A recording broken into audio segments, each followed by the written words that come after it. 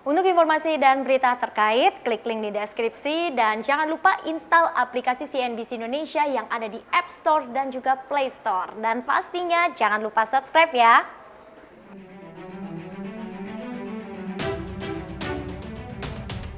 Jelang akhir tahun, penjualan retail masih saja loyo. Selama 10 bulan berturut-turut, indeks penjualan real Indonesia berada di zona kontraksi.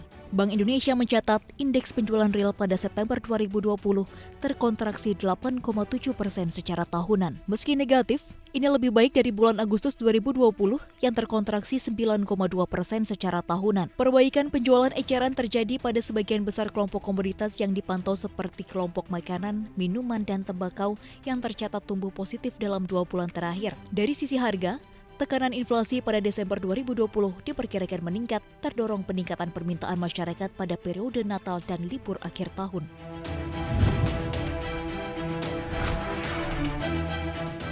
Presiden Joko Widodo mengakui masih banyak pekerjaan rumah yang harus dihadapi Indonesia dalam hal pengembangan teknologi finansial. Indeks inklusi keuangan masih tertinggal dibandingkan beberapa negara ASEAN. Menurut Jokowi, pada tahun lalu, indeks inklusi keuangan Indonesia baru 76%, lebih rendah dibandingkan Singapura yang mencapai 98%, Malaysia 85%, dan Thailand 82%. Tak hanya inklusi keuangan, menurut Jokowi, tingkat literasi keuangan digital juga masih rendah, sekitar 35,5%.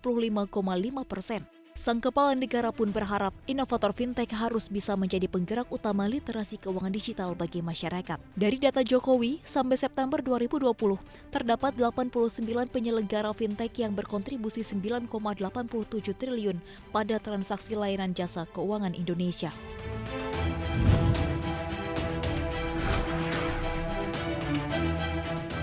Pemerintah mengencarkan gasifikasi batu bara.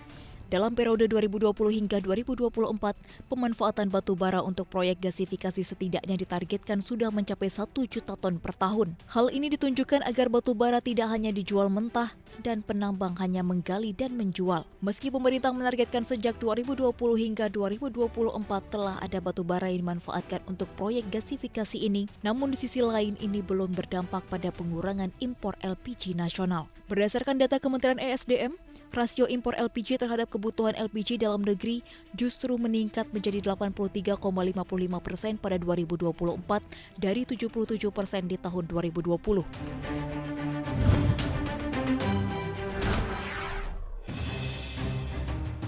Operasional LRT Jabodebek mundur dari target.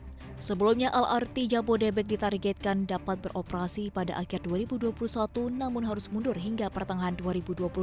Kendala pembebasan lahan menjadi penyebab proyek lintas rel terpadu harus mundur. Salah satunya terjadi pada lahan proyek di kawasan Duku Atas, tepatnya pada lahan yang akan digunakan untuk pembangunan salah satu jembatan bentang panjang alias long span pada lintasan LRT Jabodebek. Meski demikian, pembangunan LRT tahap 1 kini telah rampung usai adikarya memasang bentang panjang terakhir yang berlokasi di Stasiun Duku Atas, Kuningan.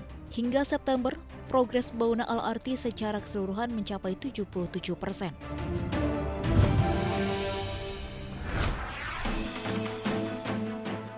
Detik-detik memasuki tenggat waktu 12 November yang ditetapkan Komite Investasi Asing di Amerika Serikat atau CVI US untuk aplikasi populer TikTok melepas kepemilikan sahamnya, perusahaan induk TikTok, ByteDance, berusaha menghentikan penjualan paksa TikTok di AS. TikTok pun telah mengajukan permohonan perpanjangan 30 hari atas tenggat waktu yang diberikan lewat pengadilan banding federal di Washington. TikTok mengatakan tidak punya pilihan selain beralih ke pengadilan banding untuk membela hak-hak perusahaan dan hak lebih dari 1.500 karyawan di Amerika Serikat. TikTok pun beralasan hingga kini Amerika Serikat tidak bisa memberikan solusi atas kerahasiaan data dan kerangka keamanan yang selama ini disebut menjadi masalah.